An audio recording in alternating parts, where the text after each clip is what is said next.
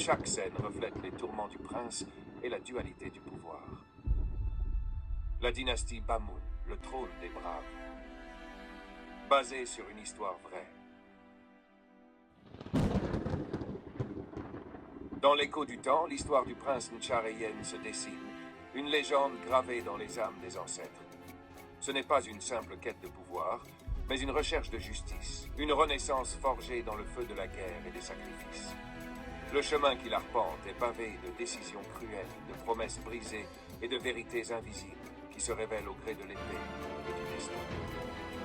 Cet épisode grandiose, en 20 tableaux, s'ouvre sur un prince marqué par l'exil, le retour d'un homme qui, face à son royaume dévasté, doit redonner une âme à Jimom. Chaque scène, chaque tableau est un battement de tambour résonnant dans la mémoire des anciens, annonçant l'inéluctable. Le pouvoir est une arme à double tranchant. Un outil de gloire, mais aussi de ruine. Il peut élever un homme au sommet, lui offrir des royaumes, des richesses et un trône sacré.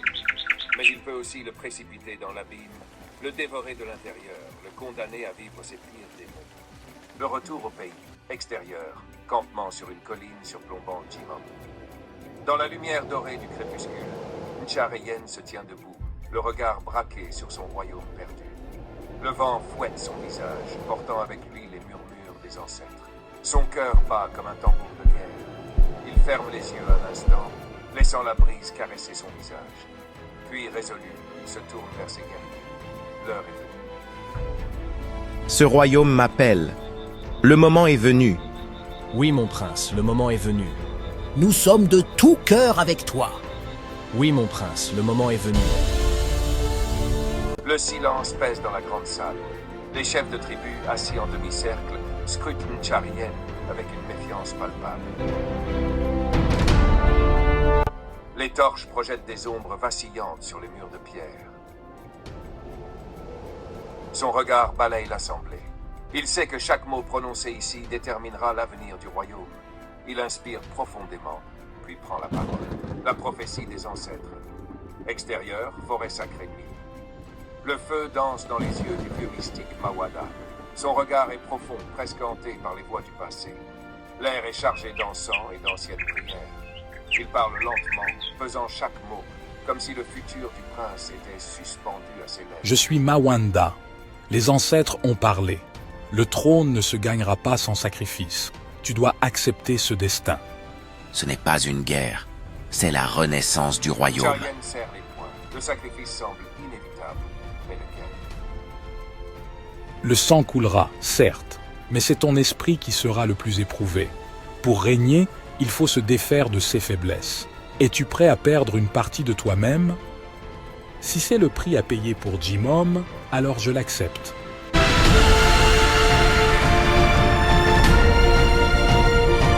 Le conseil divisé. Intérieur, salle du conseil. Les chefs s'agitent. Certains se lèvent, leur voix s'élève dans un tumulte d'opinions contraires.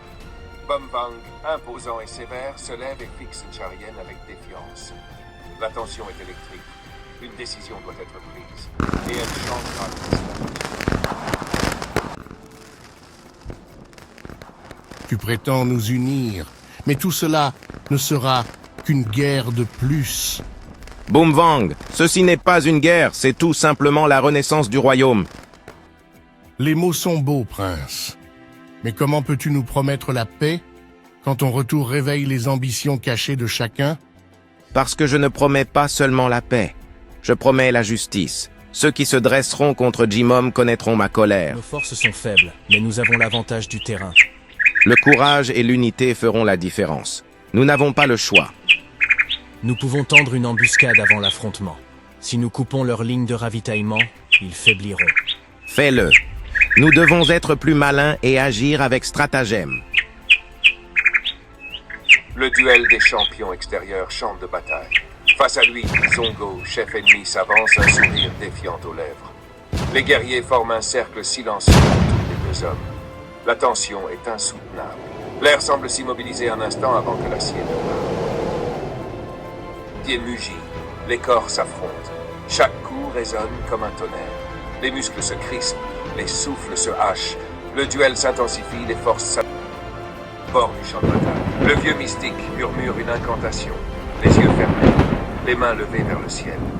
Une force invisible semble se déverser sur le combat, liant le sort du prince à la volonté des ancêtres. Un duel, et nous réglerons nos différends. Celui qui tombe, son armée se rend. Nous verrons qui dictera le destin de Jimom.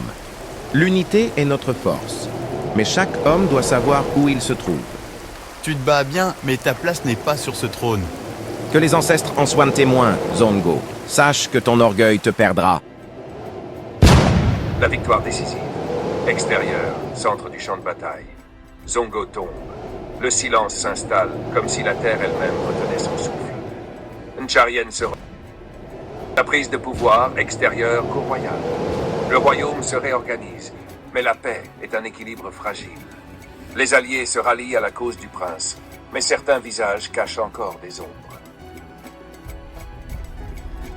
La menace des forces sombres, extérieure, caverne des ombres. Dans l'obscurité épaisse d'une caverne, Casso observe les flammes vacillantes d'un feu rituel. Ses yeux brillent d'une lueur malveillante. Son murmure est une promesse de chaos. Le trône de Jimom n'est pas encore en sécurité. Cet usurpateur de Sharien peut remporter tous les combats du monde. Mais ce qu'il ignore, c'est que le trône de Jimom m'appartient.